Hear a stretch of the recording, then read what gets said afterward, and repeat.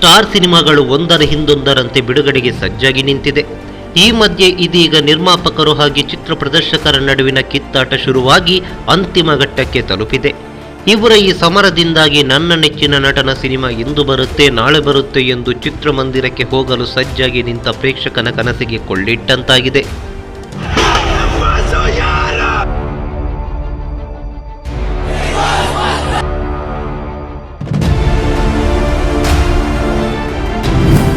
Star ಸಿನಿಮಾಗಳು OTTಯಲ್ಲಿ release.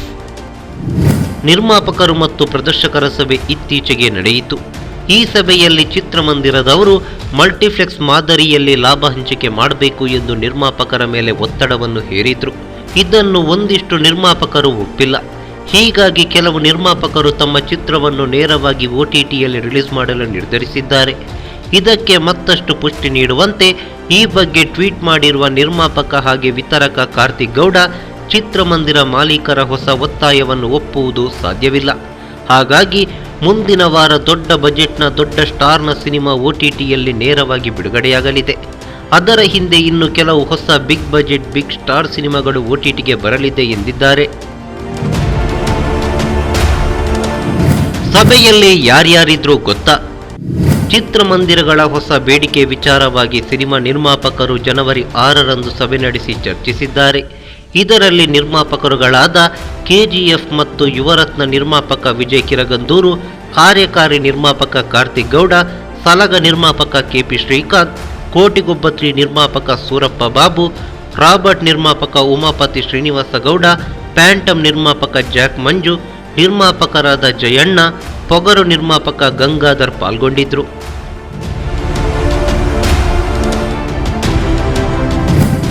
ರಿಲೀಸ್ಗೆ ತಯಾರಾದ star ಚಿತ್ರಗಳು ಯಾವ್ಯಾವುದು? ಪ್ರಸ್ತುತ ಡಿ ಬಾಸ್ ಅಭಿನಯದ ರಾಬರ್ಟ್, ಪುನೀತ್ ರಾಜ್ಕುಮಾರ್ ಅಭಿನಯದ ಯುವರತ್ನ, ಧ್ರುವ ಸರ್ಜಾ ನಟನೆಯ ಪೊಗರು, ಶಿವಣ್ಣ ಅಭಿನಯದ ಬಜರಂಗಿ 2, ದುನಿಯಾ ವಿಜಯ್ ಅವರ ಸಲಗ, ಯಶ್ ಅಭಿನಯದ KGF 2, ಸುದೀಪ್ ನಟನೆಯ ಕೋಟಿಗೊಬ್ಬ 2 ಸಿನಿಮಾಗಳು ಬಿಡುಗಡೆಗೆ ತಯಾರಾಗಿವೆ. ಇವುಗಳಲ್ಲಿ ಯಾವ ಸಿನಿಮಾ ಮೊದಲಿಗೆ OTTಯಲ್ಲಿ ಬರಲಿದೆ ಎಂದು ಕಾದು ನೋಡಬೇಕು.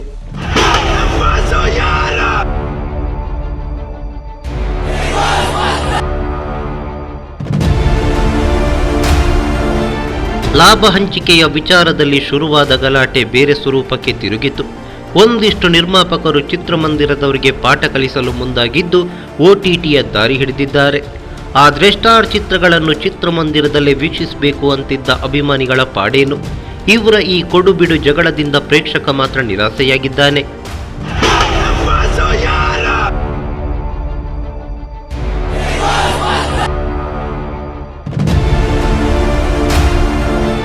ಈ ಮಾಹಿತಿ ನಿಮಗೆ ಇಷ್ಟವಾಗಿದ್ರೆ ಲೈಕ್ ಮಾಡಿ, ಶೇರ್ ಮಾಡಿ, ಹಾಗೆ ನಿಮ್ಮ ಅನಿಸಿಕೆ ಅಭಿಪ್ರಾಯಗಳನ್ನು ಕಾಮೆಂಟ್ ಬಾಕ್ಸ್ನಲ್ಲಿ ಬರೆಯಿರಿ.